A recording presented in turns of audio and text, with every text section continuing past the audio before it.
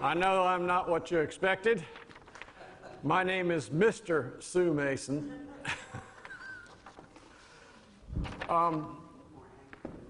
It'd be a good time now to turn off your cell phones.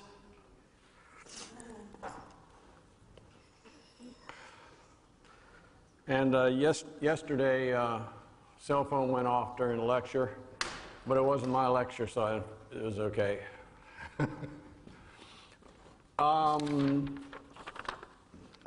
Wisdom Wednesday, which I guess is today here, is going to be Linda Hemmings. How many of you know her?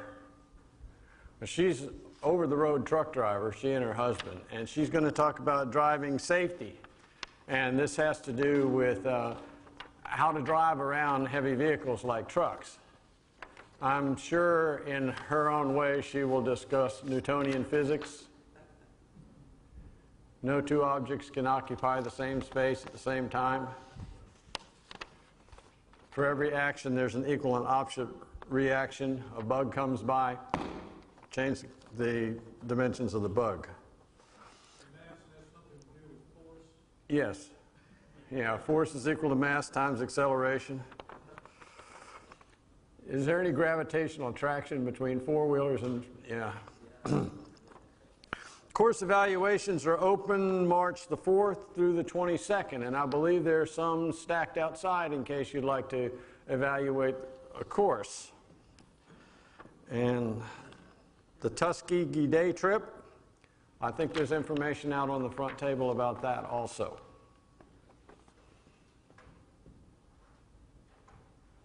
Spring catalogs are coming out soon. Look at a doctor's office near you. I'm certain they'll be in those doctor's offices and places like that, in the library if you need a course catalog, and of course they're at Sunny Slope. I was asked to present today's lecture, and this is going to be on the history of the long rifle in the American westward movement. Now, it is very unique what you're going to learn during this presentation. But one of the things you need to take out of it before I start talking about rifles and things like that is notice how quickly things accelerated in manufacturing, industry, and technology. You're going to hear about customer input into a product. And so this has a great deal to say about what's going to happen in the video that's going to come up in the next half of this session. So just keep in mind, watch how quickly things accelerate with the development of the long rifle. First, I think we need to go over a discussion about the difference between a long rifle and a musket. A rifle is a firearm that has a spiral groove carved into the inside of the barrel, whereas a musket is smooth. There is no rifling on the inside. As a matter of fact, muskets in those days weren't even restricted as to what size ball you could put down the barrel. If you got desperate enough, you could put nails down the barrel or rocks, and they'd still come out of there at a somewhat high velocity. All you'd have to do is have some way to hold them on top of the powder charge until you were ready for it to go off. But a smooth bore could take multiple sized bullets. If the bullet was too small, just put more wadding around it until it was tight in the barrel and shove it down there on top of the powder. When a barrel is rifled, that means the ball spirals rapidly when it comes out of the barrel. And how quickly it is spiraling when it comes out of the barrel is how many turns it makes. As we're going to see in one of the rifles here that I'm going to show you this morning, the spiraling is 1 in 66. So that would mean it would turn one time in 66 inches. Barrel's not 66 inches long. So it actually does not make one complete turn while it's inside the barrel. Whereas in a smooth bore, the bullet just comes out wobbly or however it goes. For example, you can imagine casting a bullet out of lead. How? If you're sitting around a campfire casting your lead bullets, what's the quality assurance program on that? It's going to have lumps and bumps in it, and as a matter of fact, I'll show you a bullet mold this morning, and you can understand why the bullet that comes out of there might be lumpy and bumpy. So when it comes out of a smooth bore, if it's lumpy and bumpy, it's going to start wobbling around as soon as it gets loose from that barrel. And if it's too small for the barrel, it wobbles around while it's in the barrel. Also, some people got a little over-exuberant in loading these muzzle loaders, and they could even flatten one end of the bullet while loading it because it was a very soft lead. But one of the things you need to take away from rifling is that it stabilizes the bullet by spinning it. A bullet coming out of a smooth bore is liable to make a turn in the air, like a curveball. I don't know if you've ever watched a demonstration of curveballs, but if you get it spinning right and the spin is not in normal to the track of the bullet, the ball is going to curve.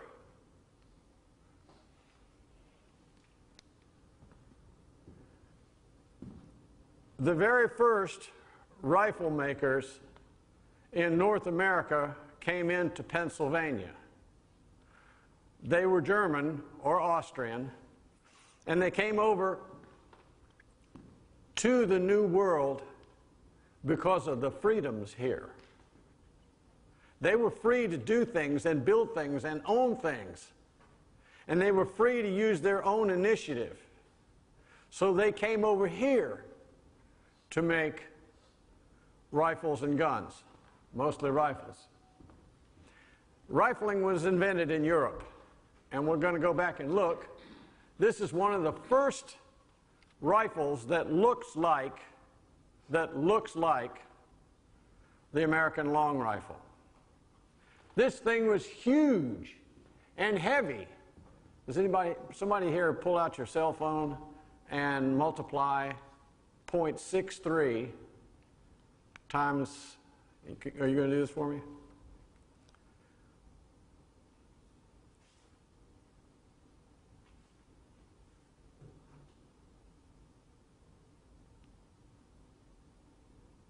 You ready?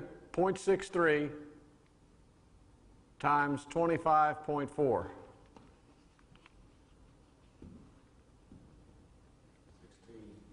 16. It's a 16 millimeter bullet. 16 millimeters. German Luger fired a 9. The American pistol now adopted by the U.S. military, that pistol is a 9 millimeter. And this thing fired a 16 millimeter bullet.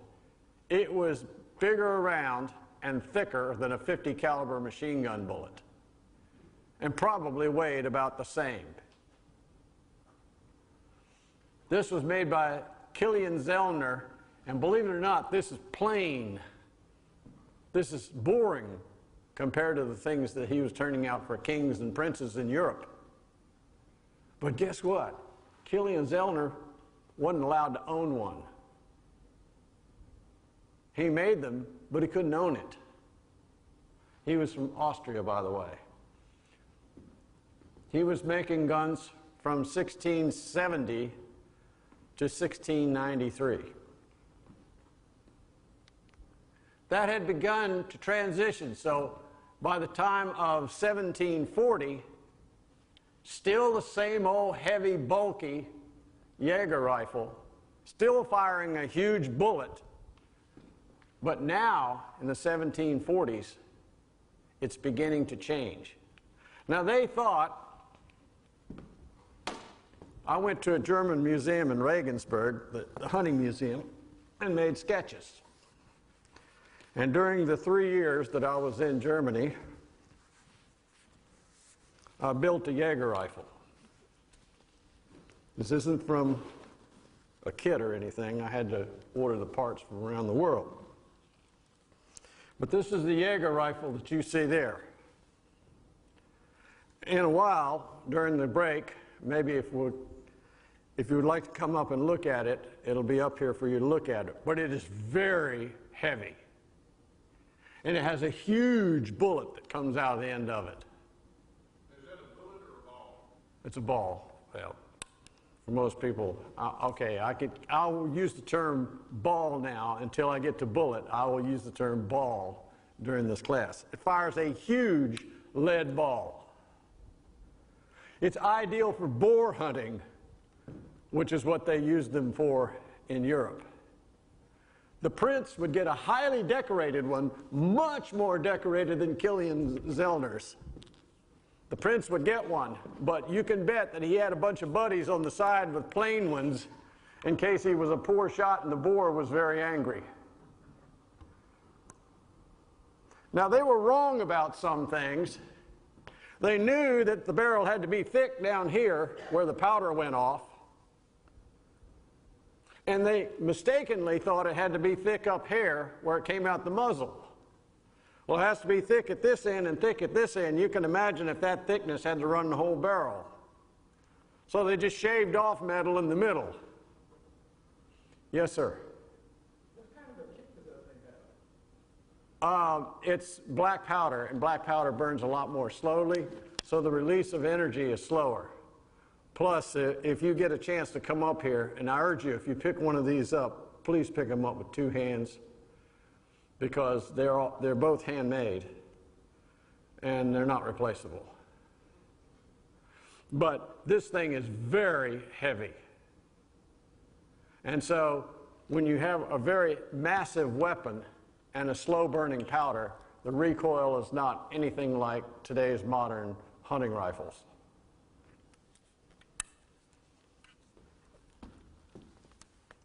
This is a flintlock, and we're going to go over that mechanism in a few minutes.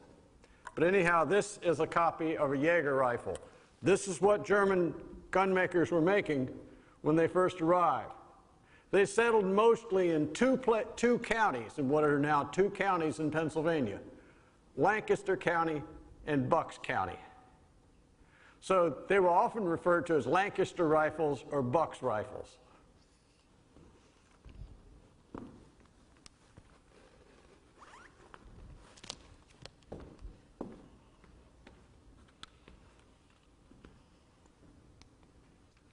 The Jaeger rifle evolved into what was called a Kentucky long rifle.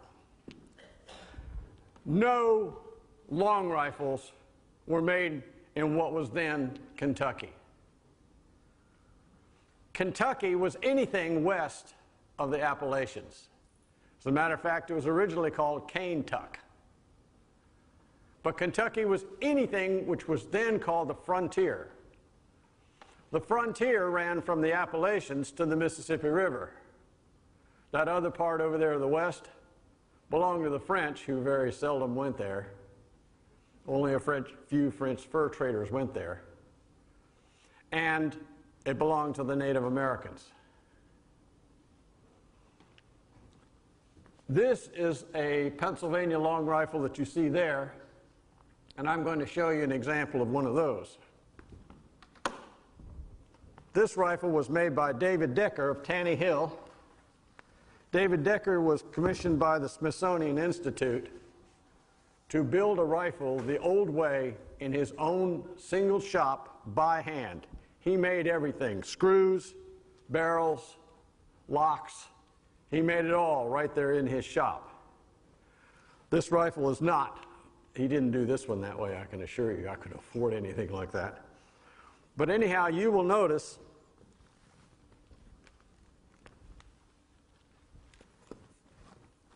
that this rifle is much longer than this one. Which one's heavier? No, they're both, I'd say they both weigh about the same. How much does it weigh? Oh, I don't know. I didn't never weigh one. I've had to carry one around a little bit, and I can tell you there. One of the things you're going to notice about them is that this one is much longer. Surprisingly enough, the length of the barrel had more to do with how making it accurate and more to do with loading, how it was loaded. The barrel length couldn't be any much longer than the owner's chin.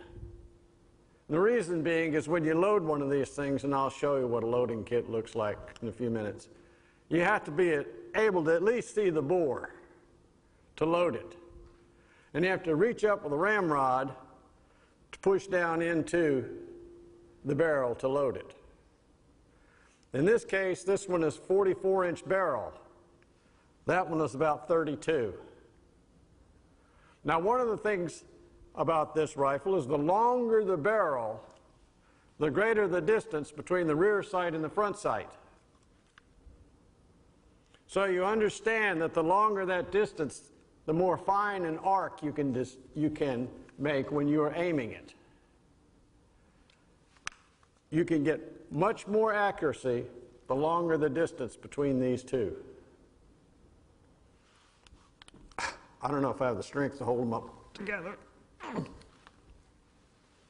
But as you can see, the sighting distance of the long rifle is much longer than the sighting distance on the Jaeger rifle. So the long rifle was much more accurate. During the Revolutionary War, the militias that were going up to the North Atlantic states and the Mid-Atlantic states would hold demonstrations with their long rifles. One of them would let his buddy shoot at him while he stood 100 yards away with a board between his knees.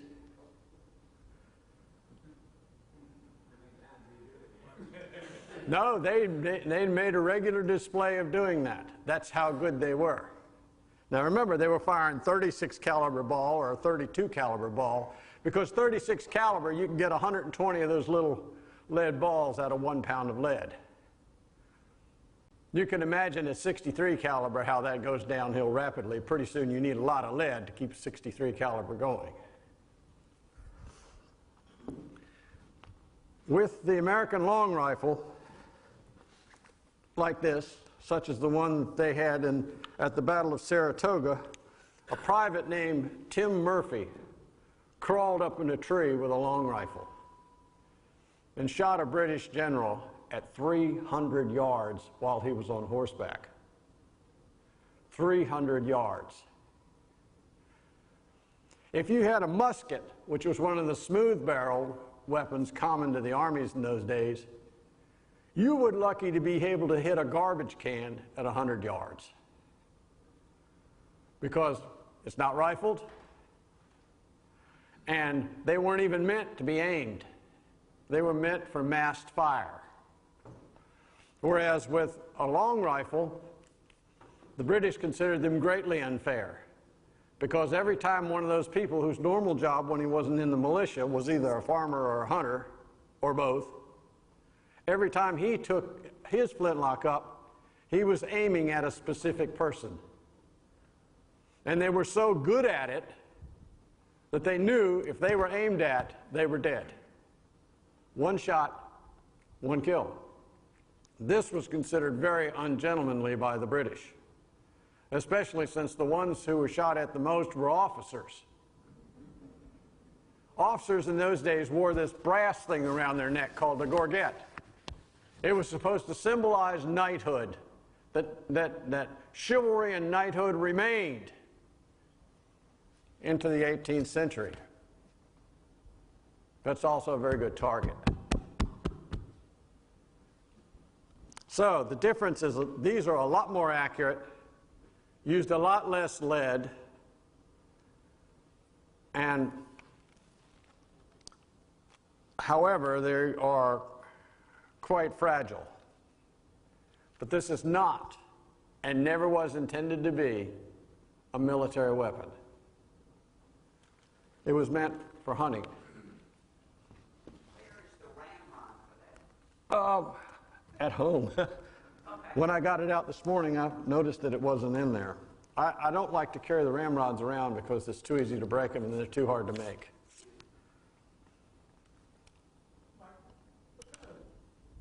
Action velocity do you have in those guns? Say?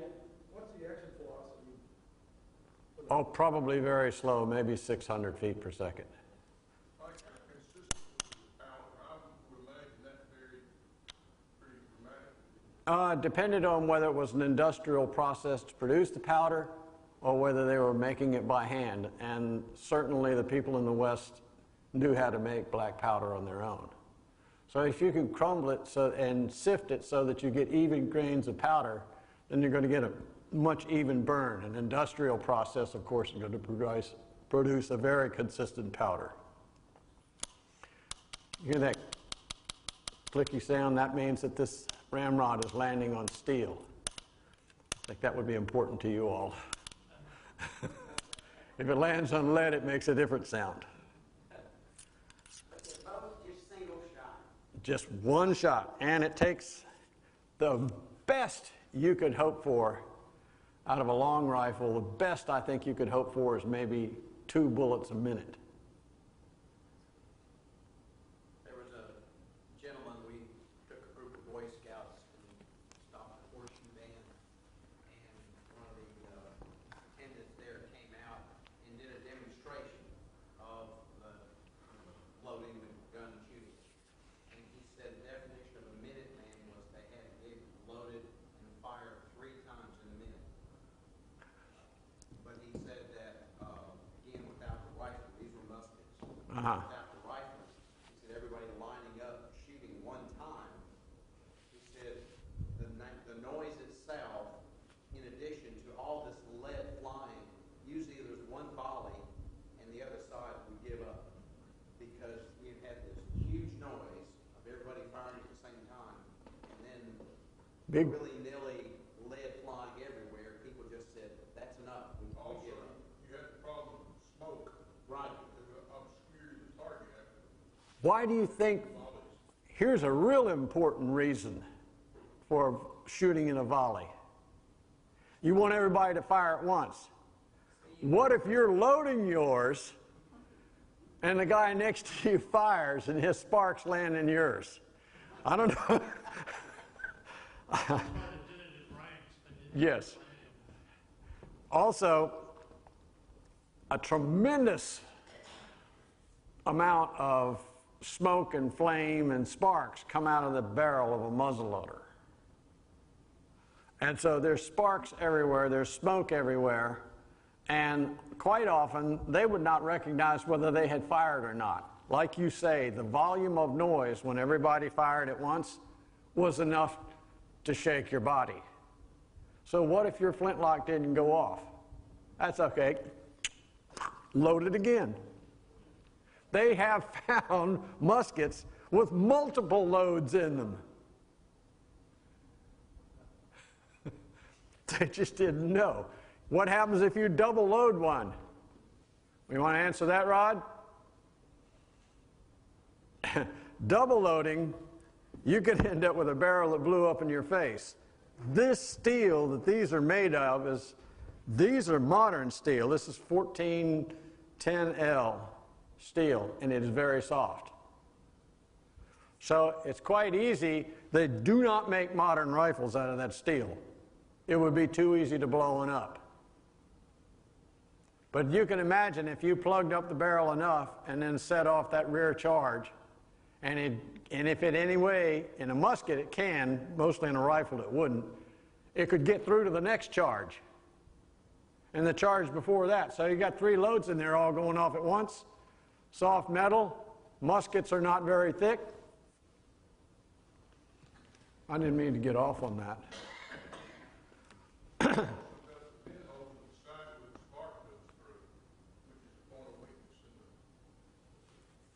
The vent holes in there, these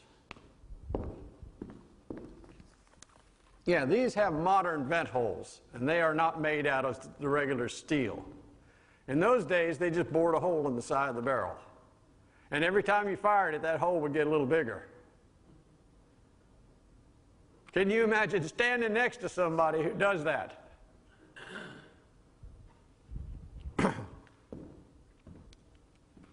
This was the Brown Bess musket, which at the turn of the century, from the 1700s to the 1800s, this was the dominant firearm in militaries. It was fired in mass along a whole line, and they got between 40 and 60 yards apart.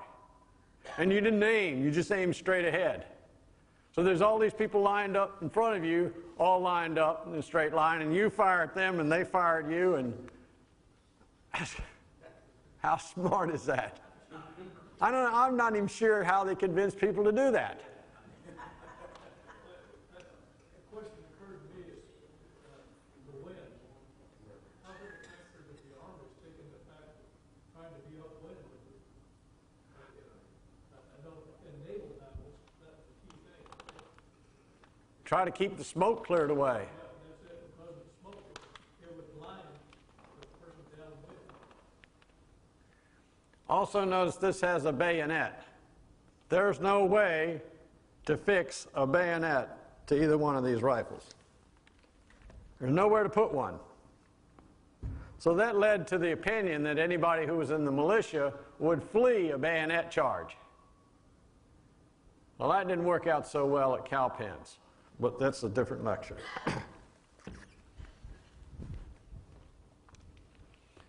This was a trade gun. They made cheap versions of the musket, of the Brown Bess musket. I think that one was called a Charlesville or sometime called a Charlevoix. But it was a cheap musket, and they traded it to the Native Americans. Now, if you were the only car maker in town and you started selling cheap cars, they'd have to come back to you for what? Parts and repair.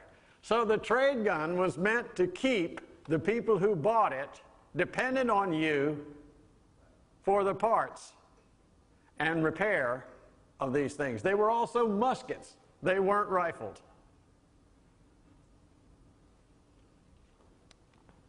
And this was the Pennsylvania long rifle. One of the things we notice is when it gets to the Pennsylvania long rifle, they're getting long and thin and fragile. You see pictures of Daniel Boone and Davy Crockett and Jim Bowie swinging their long rifles around and clubbing people. How many of you think they really did that? That would be quite an act of desperation for them to take their own long rifle, which was the most expensive thing they owned. It probably cost more than their cabin did, certainly more than their horse. And it was a tool they depended on for their life. They wouldn't be swinging it around like a club. That's why they had a side pistol and a tomahawk and a knife. When you're down to the knife, it's pretty tough. But anyhow, they did not swing these around. As a matter of fact, by the turn of the century into the 1800s, the definition for the correct thickness of this part of the rifle, the neck, the correct thickness was thinner than a woman's wrist. Try that on this if you come up here.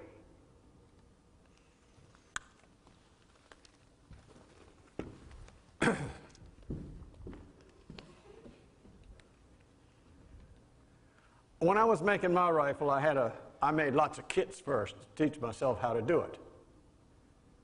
And I asked the master rifle maker who was helping me out with all this, I said, how do I know when it's right? How do I know how much to take off? And he says, you take off what doesn't look like a rifle. Slowly.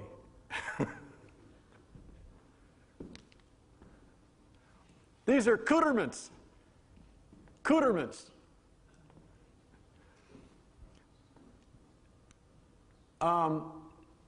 It's very, very difficult when you have a long rifle. It's very difficult to start the bullet down the barrel with only your ramrod. You've got to start the bullet, because I can tell you the ball and the patch together do not fit down the barrel very well. It is very, very tight. So you have an item called a starter.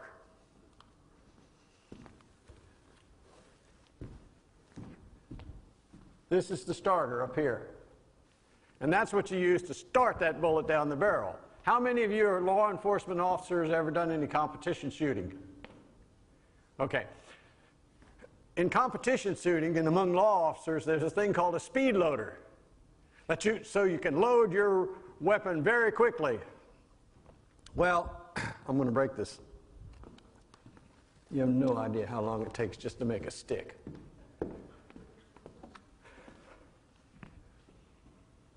This was their speed loader. This is a round ball already packed in the patch. They took their knife and trimmed off the cloth, and they put 4 of them in a wooden block so they could just slap it on top of the muzzle, start the bullet down the barrel. Start the ball down the barrel.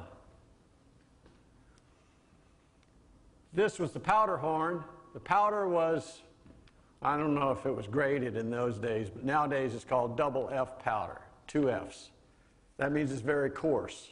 And it does. It looks like it's coarser than rock salt in size.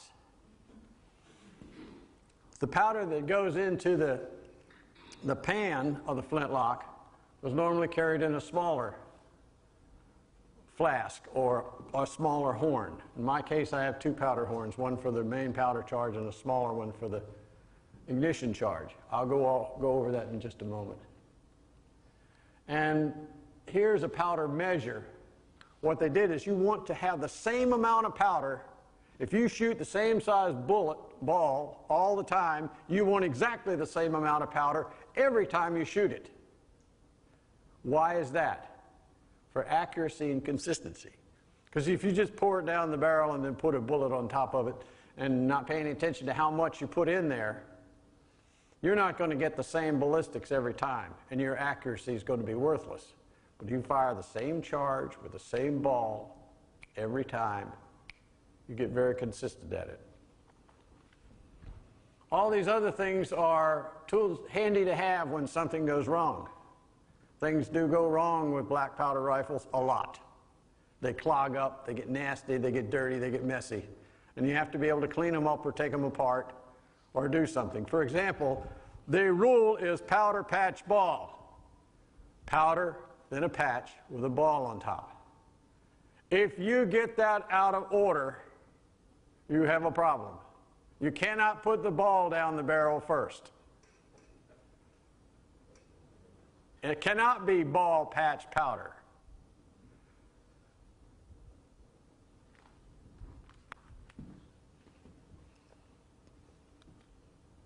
Oops. These are bullet molds. Now, this is what they would typically take with them into the woods or away from home. All they had to do was find a source of lead, and then they could melt the lead down and make their own bullets. So the bullet molds were made to whatever caliber they were shooting. This one I find, and I put it in here, is very interesting because it can you can either make a round bullet, which fires in a rifle with a patch, or you can make a mini ball. A mini ball is a bullet that's meant to be fired without a patch. So this person had the capability to make either a round ball or a mini ball for his rifle. So the only time you'd use a mini ball is if you were using it in combat. But when he wanted accuracy, he used a round ball with a patch. And he had this little spur that sticks up where you pour the lead in, you're supposed to trim that off. And by the way, the lead is so soft you can pull it off of there with a pocket knife. But if that ball is not spinning when it comes out of the barrel, it's going to be uneven, and the path is going to be erratic. So that's where rifling comes in handy.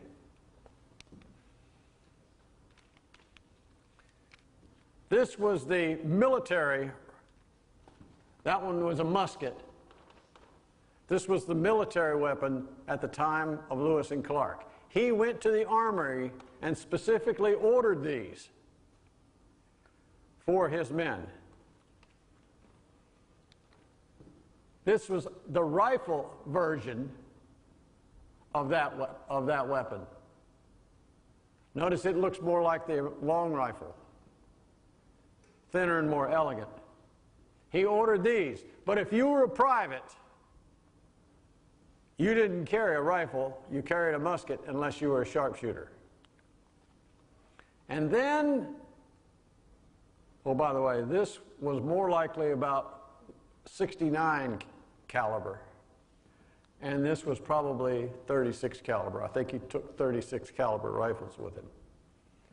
But then he had one, and only one, of this kind of rifle.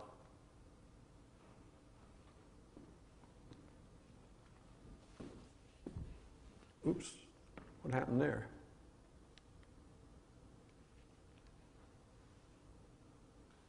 I think we're watching a movie.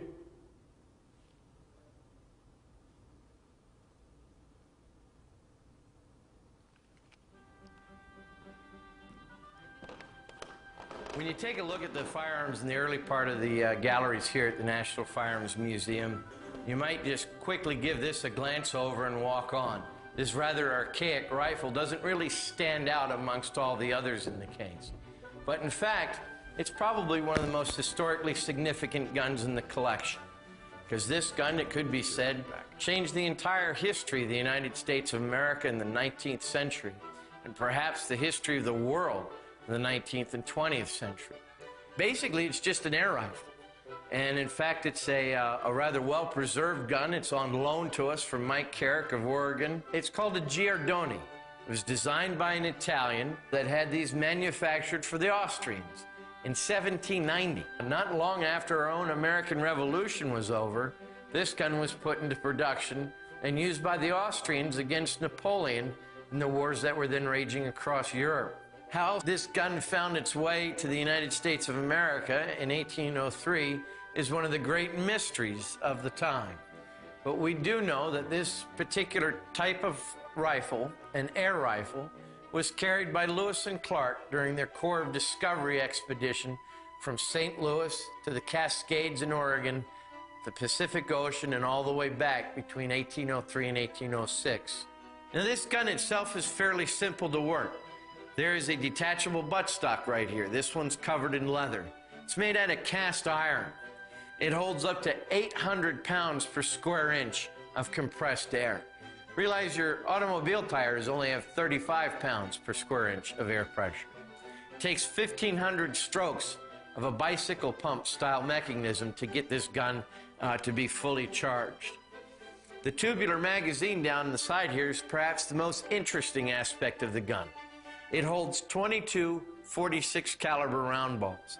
You just slide this open here at the top, drop in the round balls. As you're ready to put a round into battery, you just press this little lever here. One ball fits and drops into the breech chamber, and now it's back into battery. You cock it, pull the trigger, it's ready to go. This gun will fire around 40 times before it starts to lose muzzle velocity in any noticeable degree.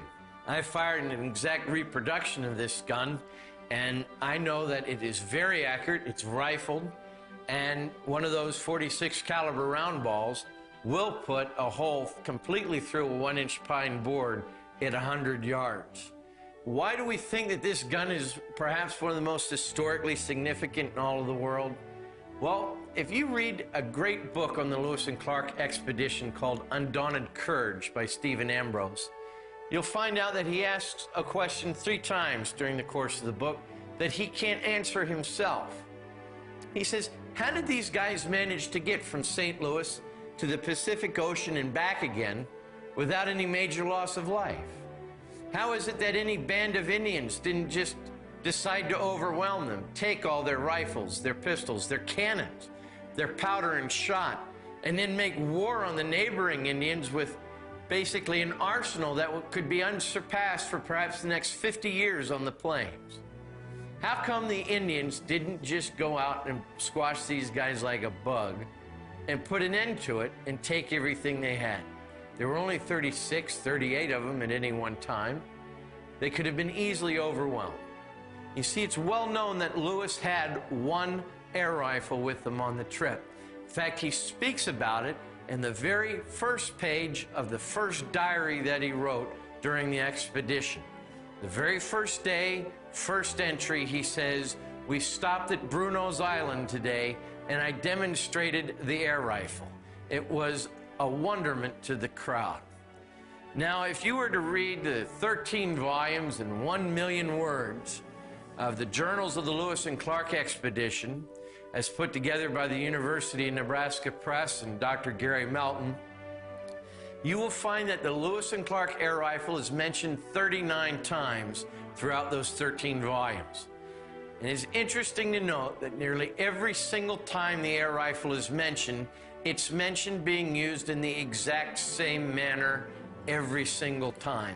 And therein lies the key as to the usefulness of this gun, and why I think, and I think you will when we're done here, understand this to be the most important historical gun in the entire history of the United States.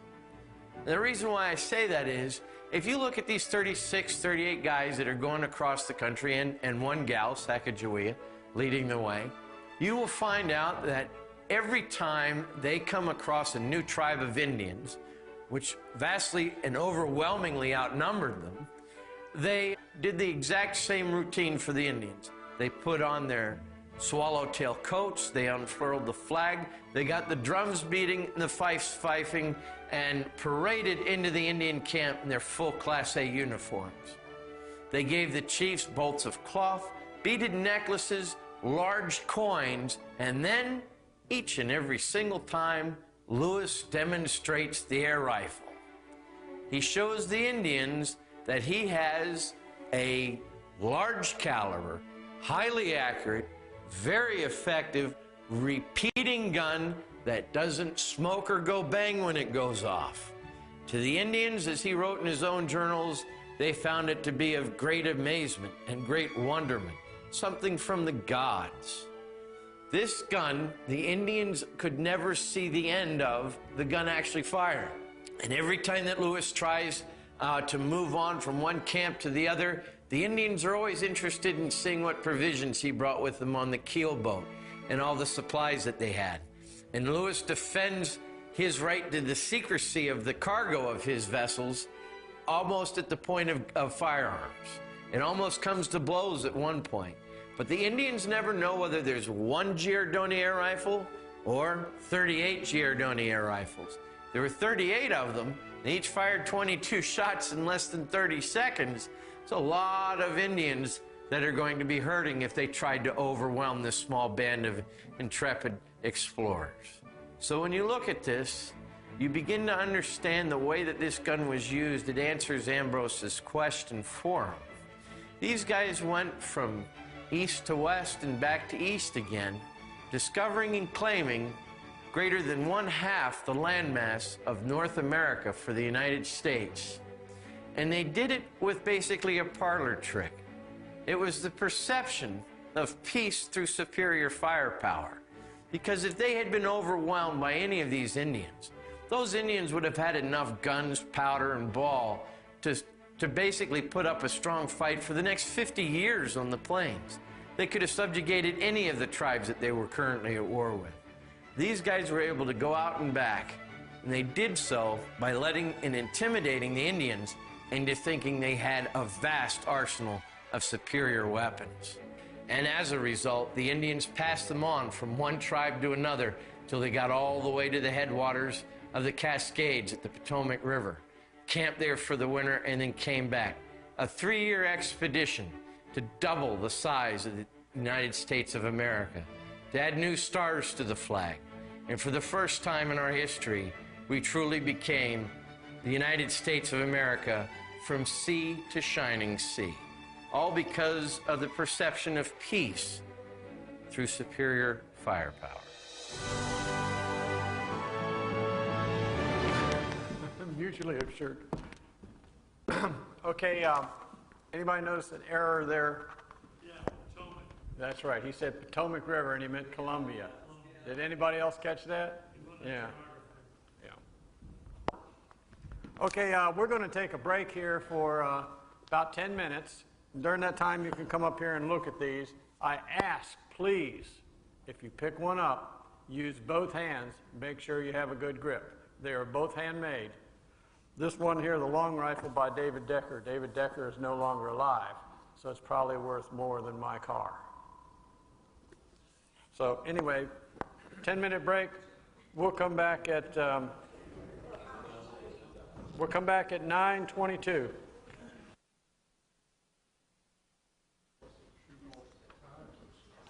Let's go back to the Pennsylvania long rifle.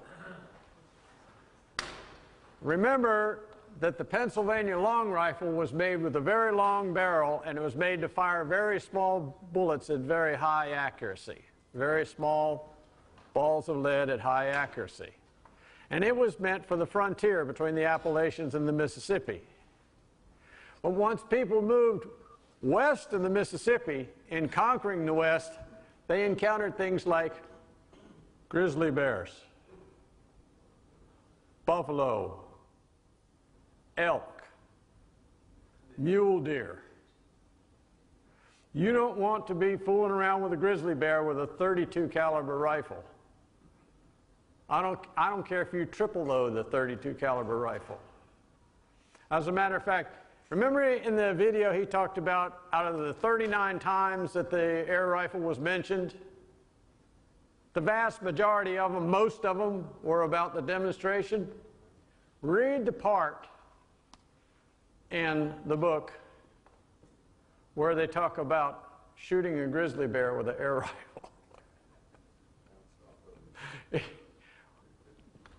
Grizzly bear took a dislike for one of the members of the Corps of Discovery and was running him around while the rest of them are cranking away with .32 and .36 caliber rifles at this thing.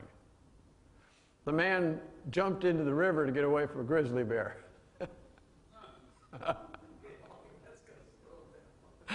That is really a smart thing to do around a grizzly bear. But a guy jumps in the river.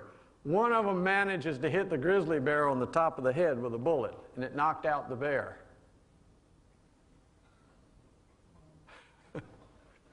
So I think you need something else besides .32 and .36 caliber long rifle in order to handle what's going on out west. So there was a fellow named Hawken who moved to St. Louis and started making flintlocks again. But wait a minute. What does this flintlock, this Hawken rifle, look like?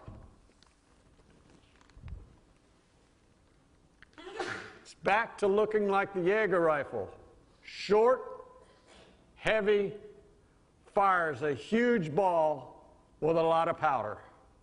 And it's very stocky and not so fragile.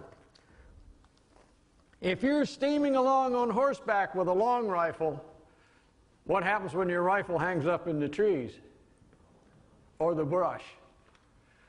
The people that went out west quickly discovered that they did not need the long rifle. They wanted to go back to the Jaeger rifle, that big, honking, thick-barreled rifle that was short enough to be handled on horseback.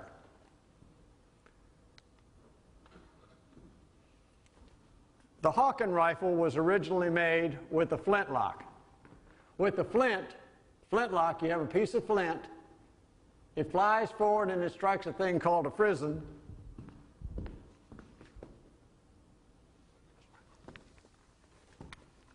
It flies forward.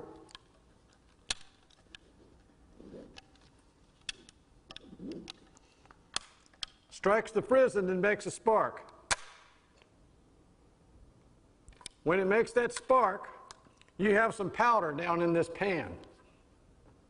How many of y'all have watched the old movies where the guy pulls the trigger and it goes, psh, boom?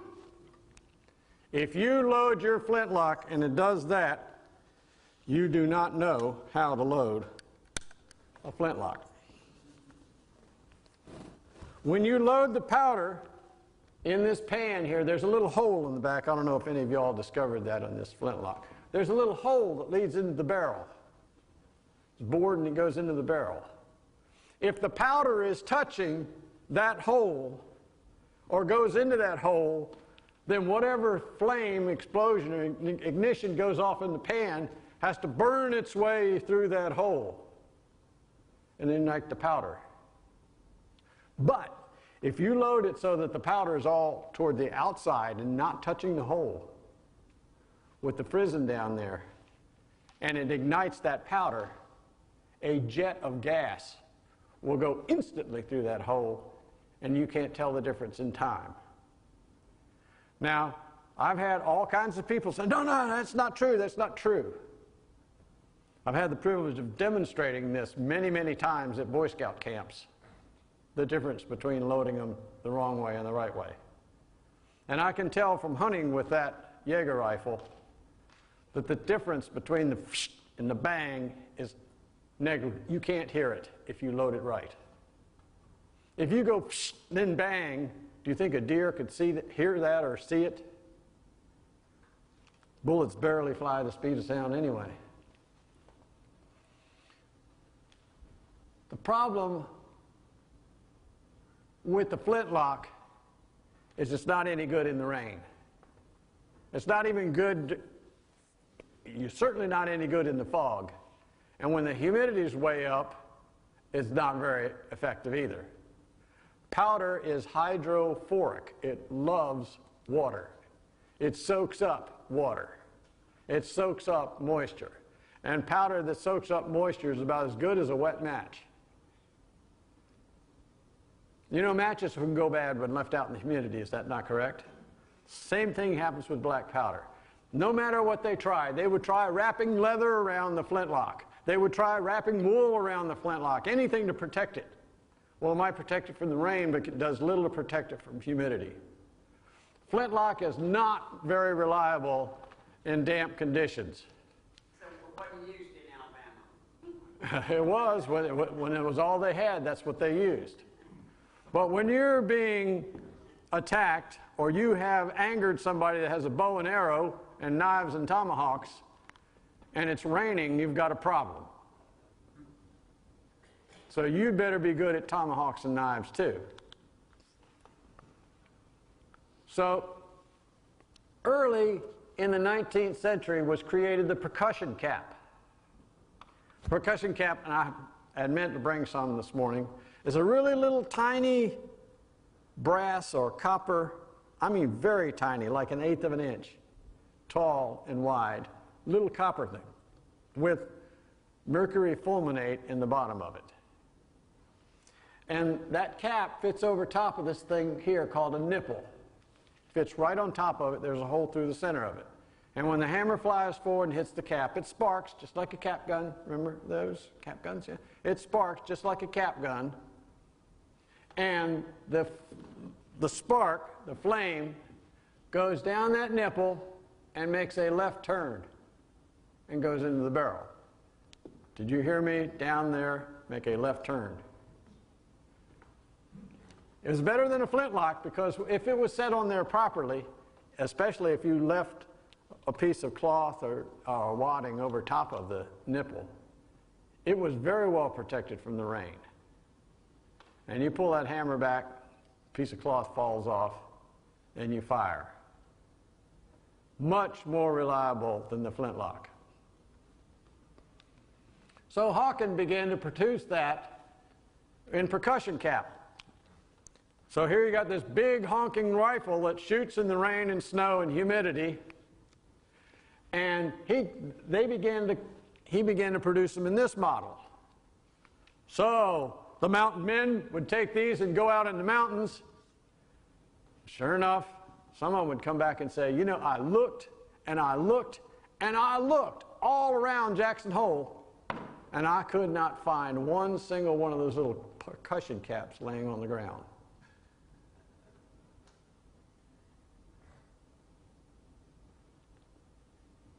So someone would bring them back and say, no, you need to convert this back to flintlock. So he got to the point where he got real smart, and he made the lock mechanism so it was interchangeable, flintlock or percussion cap. So they would come back and he'd change it back to whatever way they wanted it.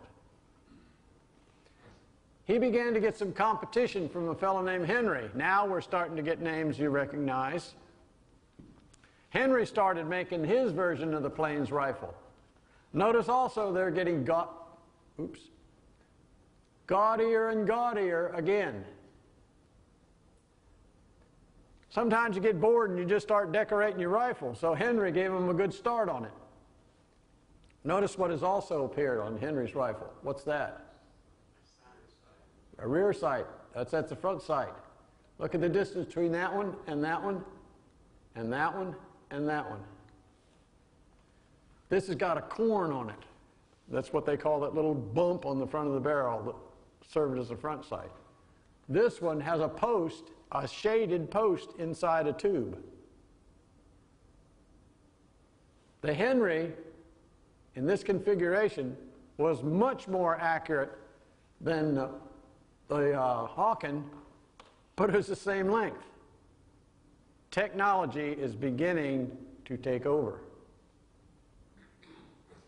They're figuring out how to make a short rifle more accurate by just moving the sights around. And they also made it so that you can adjust that sight left and right, up and down. That means you can now zero your rifle at some distance so that it's spot on at that distance every time. And the sights became crispier and shaded so that you could see the sights a lot better. Technology is advancing rapidly. We now have the industrial age where many of these parts are made at some factory somewhere, knocked out like cookies, not made one by one. We've entered the industrial age of the world and of the United States. Then they came up with the idea of breech loading. What if you don't have to load it from the front? The Germans call it Vorderlader. What if you don't have to load it from the front? You can load it from the rear. You don't have to stand up and be a target while you're loading your rifle. So they came up with what is called breech loading rifles. There were three major kinds of breech loaders. The first is the Sharps falling block. You pull the hammer down, a block falls out down beneath the barrel and leaves the back end of the barrel open so that you can just put your charge in from the rear. When you pull that lever back up, the rolling block comes up, covers the rear of the rifle, and it's now ready to go again. They were still using black powder, so you had to be careful that the barrel didn't get fouled from shooting it so much, because some of muzzle loading also helps to clear the barrel.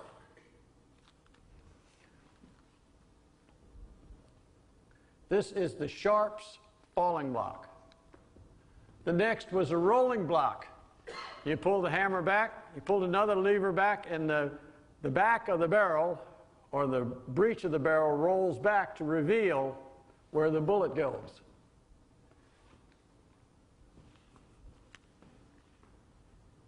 But are these bullets now? I'm getting there.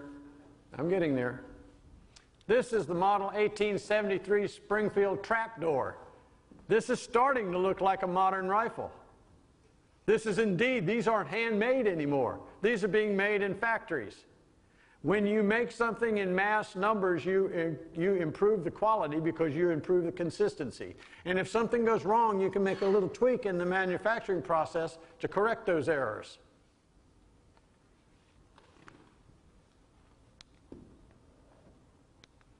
Here's the answer to your question. In the beginning, they took the bullet and packed it into paper so that you had essentially the same thing you were muzzle loading, only you were sticking it in from the rear through the breech. These were made, they were paper on one end with a bullet sticking out the other. And you had to use a percussion cap still. Percussion cap, go through the nipple, make a left turn, go into the side of this paper, and set off the charge. It's still dirty. You can still, if you're in a hurry, if you're in a nasty fight with a grizzly bear and you're in a hurry to load one of these paper things into the back of your breech and you screw it up, what happens? Now you've got a bullet in the barrel and no powder, and an angry bear.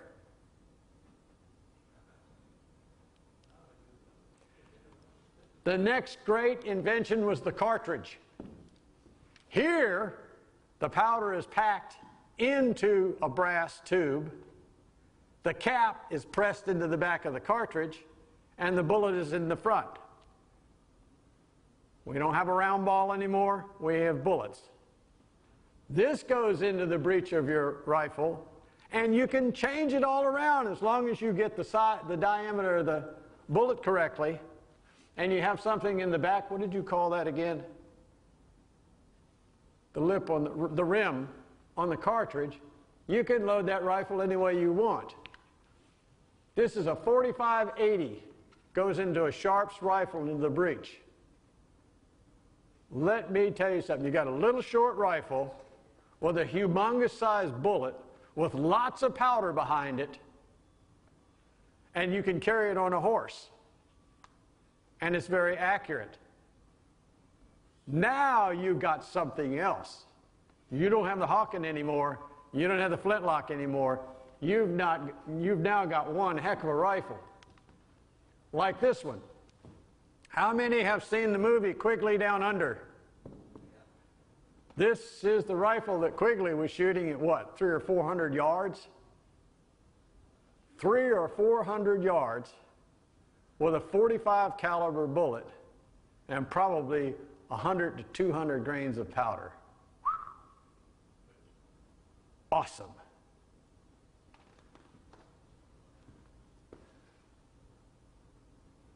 I was supposed to say something else at this point. I don't remember it.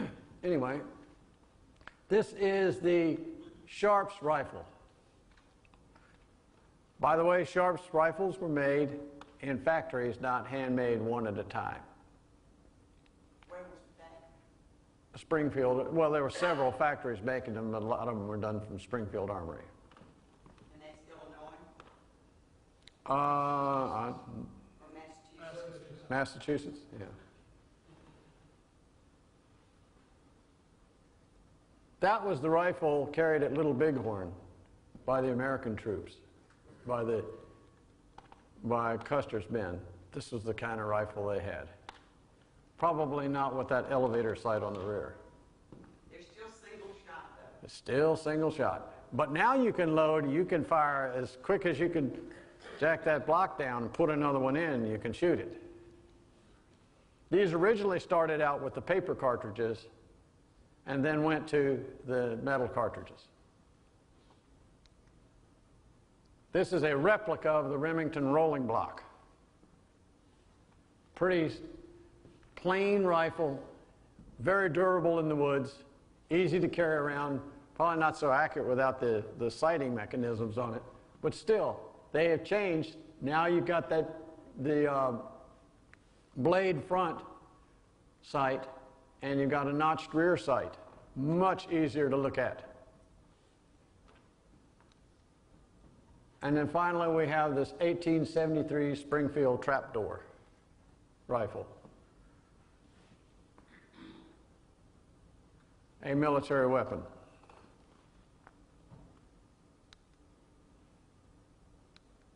Then a fellow named Henry in 1860 invented this.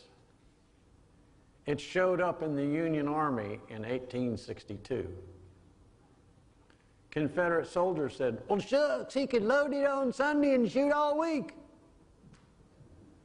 Because now you have a repeating rifle where the bullets are lined up in a tube, and all you got to do to load it is just jack the lever down.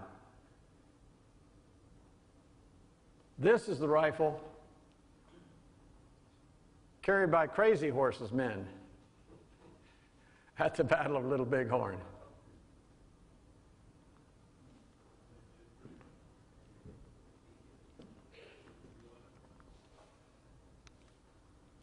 This is the Winchester Model 1873. Now Winchester is getting into the game.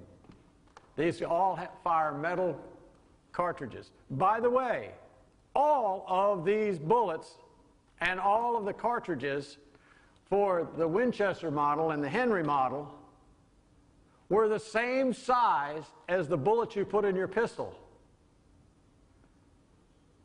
So that was interchangeable. You could load your pistol with the same bullet you put in your rifle, and vice versa.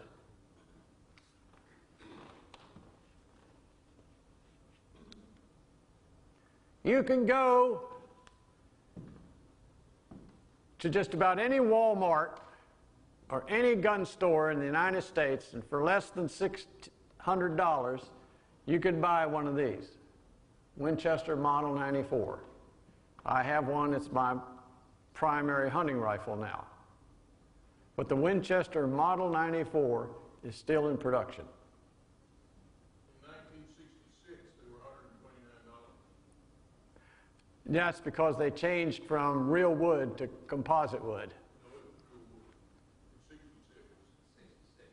In 66. In 66, it was still real wood. Okay. Because mine is not. Mine is some sort of composite.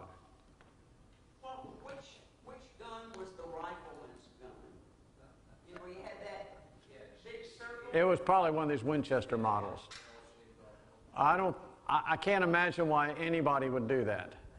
Well, it was a good gimmick. It was a good gimmick. Queen had one his was even shorter. Who? Steve McQueen. Oh, yeah. A pistol is not very accurate at all. A rifle is very accurate compared to a pistol. Most people, when they go to the range to fire pistols, will shoot at about 25 yards. That's the maximum I had to shoot my 1911A1 and the new Beretta. And now that I have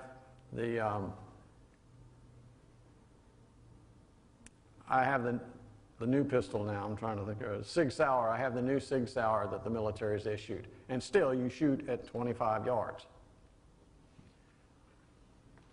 The gun that won the West, everybody will tell you it's this one. Many history books will tell you it's this one. But the one that won the West was really the top one, the Henry. By the way, you can buy a Henry nowadays too, a modern version of it. Do we have any questions? Yes, sir. How did it turn out that Custer got outgunned? Where did they get them? How did he get them? Probably. Custer also divided up his army, which was bad. And he got caught out in the open, which was bad. And he had thoroughly, I can't use that word in here, he had thoroughly made the Indians angry. They had some scores to settle. He had thorough arrogance. Oh, yes, he was arrogant. That's why he was a colonel at the time he was killed. Yes. Flintlock was the same powder, same grade powder used for the primer as the No, in a flintlock you use a much finer powder for the primer. It's more volatile and it has a greater surface to ignite. However, it is also more hydrophoric. So you would quite, you know, the main charge in the barrel of a flintlock or a percussion rifle, the main charge will last for a long period of time as compared to whatever you might put in the pan for the flintlock. It was exposed. Even though it's meant to kind of seal, it's basically exposed. Yes, sir. It's my understanding that every time you fired your rifle, or when you got through firing, you were to immediately clean it because of the corrosive effects of the black powder. I mean, you've got sulfur, you've got saltpeter and charcoal, and it's very corrosive. Turns into hydrosulfuric acid, and it eats up barrels. It does. Yes, with the muzzle-loading rifles, especially the rifles, it would get to the point if you didn't clean it every few shots, which is run a wet patch down the barrel. If you didn't clean it between shots, it was going to corrode so much that it would be difficult to force the bullet down. So what would happen is you pour powder in, there'd be a gap, and then the bullet, and you don't want that. Another question, you talked about the Hawken rifle. One of my brother's hunting rifles was a modern Hawken. Is that still? Yes, they do that. There's Thompson Center makes one that has a hammer that comes in from the rear. That is modern. That never existed in history. Now, the Hawken percussion cap, which is made by Thompson Center and Pedersoli and a lot of other companies like that, those are replicas of the original rifle. Now, they have a new powder called Pyrodex, which is less hydrophoric, and so therefore it's a lot more reliable when it comes to humidity. Produces roughly the same effect as black powder, roughly. When was smokeless powder introduced? I don't know, not during my lecture.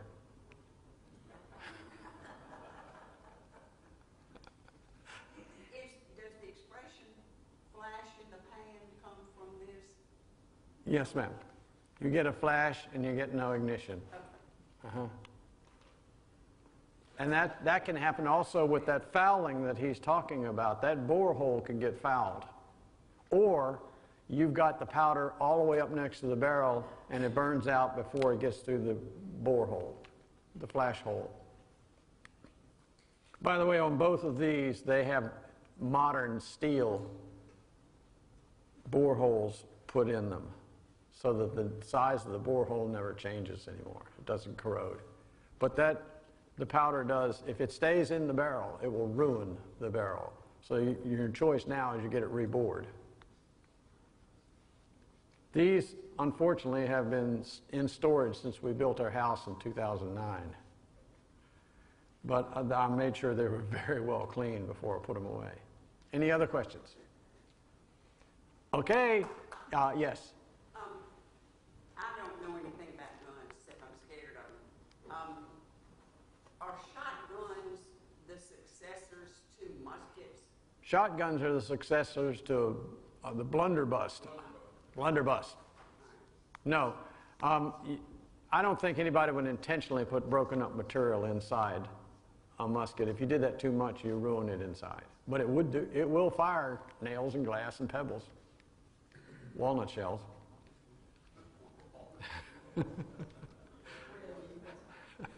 Okay, thank you very much.